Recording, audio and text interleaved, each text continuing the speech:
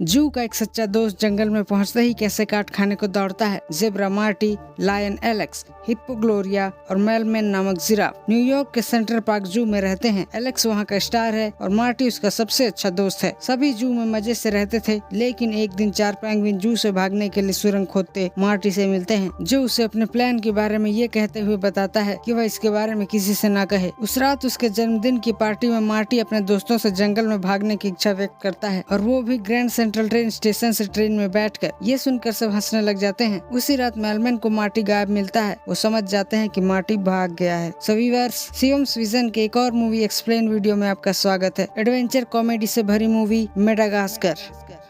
Alex, Gloria और Mailman Marty को ढूंढने निकल जाते हैं। तीनों मार्टी से स्टेशन पर मिलते हैं। एक बूढ़ी औरत एलेक्स को बुरी तरह से पीट देती है। जू का शेर है ना, तो कुछ करता भी नहीं है। एलेक्स उन्हें कुछ समझाने की कोशिश करता है, लेकिन शेर तो शेर है, उसकी आवाज ही दहाड़ है। सब लोग डरने लग जाते हैं और उसके पिछवाड़े ट्रैंक्विलाइजर ड्रॉट मारकर उसे बेहोश कर देते हैं। जब उनकी आंखें खुलती है तो समुद्र के बीच में पानी जहाज पर एक डिब्बे में बंद होते हैं। पेंगुइन्स बहुत ज्यादा इंटेलिजेंट होते हैं। वो अपने डिब्बे से भागकर पानी जहाज पर सीधा कंट्रोल कर लेते हैं और अंटार्कटिका जाने का प्लान बनाकर जहाज को अचानक घुमा देते हैं, जिससे एलेक्स, ग्लोरिया, मेलमैन और मार्टी वाला डिब्बा समुद्र में गिर जाता है और पानी से बहता हुआ अफ्रीका के मेडागास्कर के समुद्र तट तक पहुंच जाता है। समुद्र तट पर रेत देखकर मेलमैन कहता है शायद ये सैन डिएगो का जू होगा, और फिर चारों किसी इंसान को ढूंढने के लिए जंगल के अंदर घुस जाते हैं। जंगल के अंदर उन्हें लीमर की एक सभा मिलती है। अचानक उन पर फूसा द्वारा उनके झुंड के साथ हमला कर दिया जाता है, जो दिखने में बिल्कुल लकड़बग्घे की तरह दिखाई देते हैं। फूसा मॉट नाम के एक छोटा लीमर को खाने वाला होता है। तभी वहाँ एलेक्स आकर फूसा को डरा कर भगा देता है। इस घटना के बाद किंग जूलियन और उसका साथी मॉरिस अपना परिचय देते हैं। कुछ देर बाद एलेक्स और मार्टी की लड़ाई हो जाती है। एलेक्स इन सब के लिए मार्टी को दोषी मानता है। मार्टी तीनों से अलग हो जाता है और अपने लिए एक सुंदर सा घर बनाता है। एलेक्स का गुस्सा शांत होता है तो वह मार्टी से माफी मांगता है। इधर किंग जूलियन और उसके साथी एलेक्स को अपने साथ रखने का प्लान बनाते हैं, जिससे फूसा उन पर हमला न कर सके। जंगल में एलेक्स को तेज भूख लग रहती है। सामने लीमर का झुंड और एक खट्टा खट्टा जेब्रा। उसे जू का अपना फेवरेट फूड स्टेक याद आने लग जाता है। चारों तरफ जानवर देखकर उसे खाना ही खाना नजर आता है और वह सारी दोस्ती रिश्तेदारी भूलकर जेब्रा की पीठ को काट लेता है। सीन कट होता है और हम पेंगुइन को अंटार्कटिका के बर्फीले इलाके में देखते हैं। पेंगुइन को अंटार्कटिका का मौसम बिल्कुल अच्छा नहीं लगता और वे वहाँ से निकल जाते हैं। इधर एलेक्स खुद को गिल्टी मानकर सुनसान एक गुफा में रहने चला जाता है। बाकी समुद्र तट पर वापस आकर एलेक्स के साथ जो हुआ उसके लिए काफी परेशान रहते हैं। जब वो जहाज को देखते हैं तो उसे इशारे से वहाँ बुलाते हैं। जहाज से पेंगुइन उतरते हैं। जानवरों को लगता है कि अब वो घर जा सकते हैं, लेकिन मार्टी एलेक्स को लेने चुपके से वहाँ से निकल जाता है। मार्टी एलेक्स के पास जाकर उसे बुलाता है, मगर एलेक्स खुद को सबके लिए खतरा मानकर आने से इनकार कर देता है और गुफा के अंदर चला जाता है। तभी अचानक लकड़बग्घों का झुंड जेब्रा के ऊपर अटैक कर देता है। जेब्रा एलेक्स को मदद के लिए चिल्लाता है और भागता है। ग्लोरिया और मेलमैन भी वहाँ आ जाते हैं। तभी एंट्री होती है पेंगुइन्स की। अपने दिमाग और हथियार से